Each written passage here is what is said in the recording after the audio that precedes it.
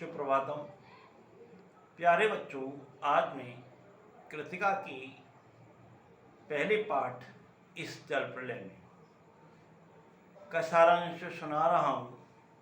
देखिए, इस पाठ के सारांश को सुनने से जो इस पाठ से जो प्रश्न पूछे जाएंगे उनके प्रश्नों को आसानी से याद कर सकते हो। इसलिए इसके सारांश को ध्यान से सुनें और यदि इसके अंदर से यदि कोई प्रश्न पूछा भी जाता है तो आप उसके प्रश्नों का उत्तर भी आसानी से दे सकते हो। देखिए, इस जल प्रलय में के पाठ के जो लेखक हैं वो हैं फणीश्वर नाथ रेणु। फणीश्वर नाथ रेणु बिहार में पटना के पास एक गांव में रहते हैं, जहां प्रतिवर्ष कोसी, महानंदा, गंगा आदि के कारण बाढ़ आ जाया करती है और यहाँ पर हजारों लोग आते हैं। लोगों की भीड़ भाड़ तथा बंजर भूमि पर जानवरों के चरते झुंड से बाढ़ की जो स्थिति होती है बड़ी भयानक होती है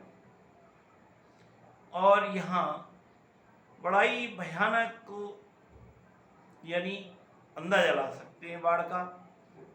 बात सन 1967 की है, बड़ी भयंकर बाढ़ आई।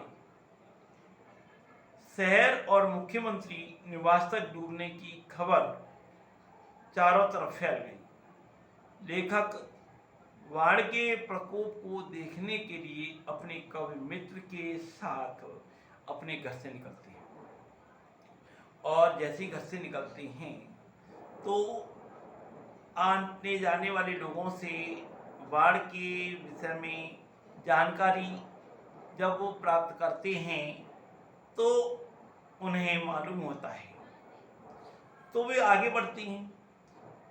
गांधी मैदान है, वहाँ जा पहुँच जाते हैं और बाढ़ का पानी बढ़ रहा है। तो इस तरीके से आपस में जिज्ञावश लोगों से बात कर रहे हैं और इस तरीके से वे लोगों के पास जाकर के खड़े हो जाते हैं। अभी 7 बजे ही थे। लेखक और दूसरे लोग पान की दुकान पर समाचार सुन रहे थे। समाचार दिल को दहलाने वाला था। बाढ़ का पानी बढ़ता जा रहा है। इससे लेखक को छोड़ करके बाकी सभी लोग बड़े खुश थे। लेखक बहुत दुखी था। सभी लोग कह रहे थे इस बाढ़ में पटना शहर एक बार डूब जाए तो सभी लोगों के पाप धुल जाएंगे। इस तरीके से लोग कह रहे। पान वाले की बिक्री बढ़ गई थी क्योंकि सभी लोग, वह भीड़ हो गई थी। भीड़ के कारण सभी लोग पान चबाने के लिए पान वाले के पास इकट्ठे हो गए थे। अब सभी लोग वहां खड़े थे। लेखक अपने घर की तरफ चल दिया। लेखक अभी अपने घर पर ही पहुंच पाया था। तभी लेखक को लाउड स्पीकर की आवाज सुनाई दी। लाउड स्पीकर से लोगों को सावधान किया जा रहा था। कहा जा रहा था, भाइयों सावधान, रात्रि के 12 बजे तक बाढ़ का पानी राजेंद्र नगर, लोहानीपुर, काकड़बाग में आ सकता है, इसलिए आप सभी सावधान हो जाएं। लेखक सोना चाहता है लेकिन लेखक की आंखों से नींद गायब है।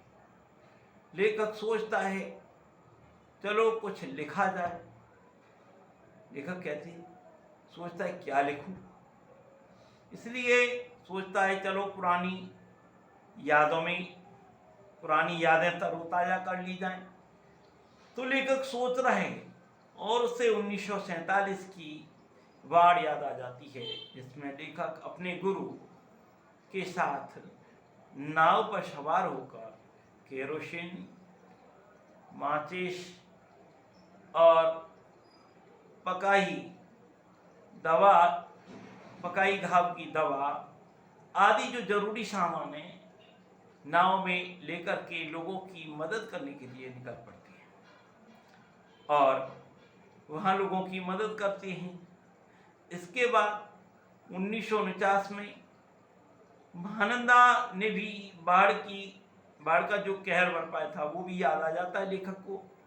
और लेखक बागसी थाना के पास एक गांव में बीमारों को नाव में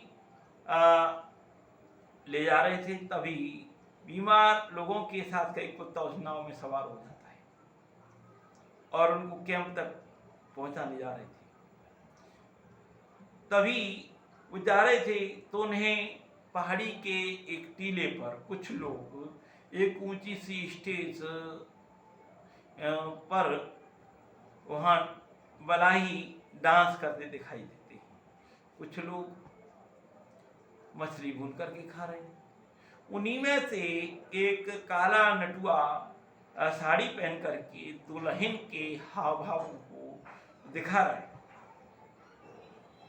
अब लेखक फिर वही 1967 की बाढ़ की याद करता है, बताता है।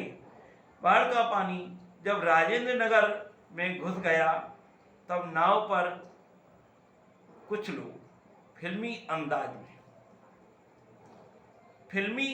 में निकले, जैसे घर बैठे ही वो कश्मीर का आनंद लेने के लिए निकले। और उन्होंने क्या कर रखा था, नाव पर ही चाय और नेस्कैफे का पाउडर मिला करके एस्प्रेसो तैयार किया जा रहा। और इस तरीके से दूसरी ओर एक लड़की रंगीन पत्रिका पढ़ रही थी। तभी फिल्मी अंदाज में गाना बज रहा था, हवा में उड़ता जाए मेरा लाल दुपट्टा मलमल का, हो जी हो। इस तरीके से गाना फिल्मी अंदाज में बज रहा था और एक युवक द्वारा युवती के घुटनों पर कोहनी टेक कर मनमोहक डायलॉग बोलता जा रहा था। इस तरीके से जब उनकी नाव गोल घर के पास पहुंची तो वहां चारों ब्लॉकों की छतों पर खड़े लड़कों ने उन पर किलकारी, सीटियों और फफ्तियों की बरसात करने लगे, जिससे उन फूड युवकों की सारी एक्सहिबिशनिज्म तुरंत गायब हो गई। अब तो बहुत चक्के रह गई। अब तो बड़े एकदम जैसे कि बिल्कुल ही उनकी जो मनोरंजन जो कर रहे थे वो सब गायब। इधर रात के 2:30 बज गए। लेखक को नींद आ गई। सुबह 5:30 बजे जब लोगों ने जगाया तो लेखक ने देखा कि सभी जाग उठे थे। पानी मोहल्ले में आ गया था, चारों तरफ चीख पुकार, शोरगुल और बाढ़ की तरंगों की आवाज लेखक सुन रहा था। चारों ओर पानी था, बाढ़ का पानी, और ऐसी तेजी से चल रहा था। लेखक ने बचपन में बाढ़ के दृश्य को तो देखा था, लेकिन पानी को इतनी तेजी से चढ़ते हुए कभी नहीं देखा।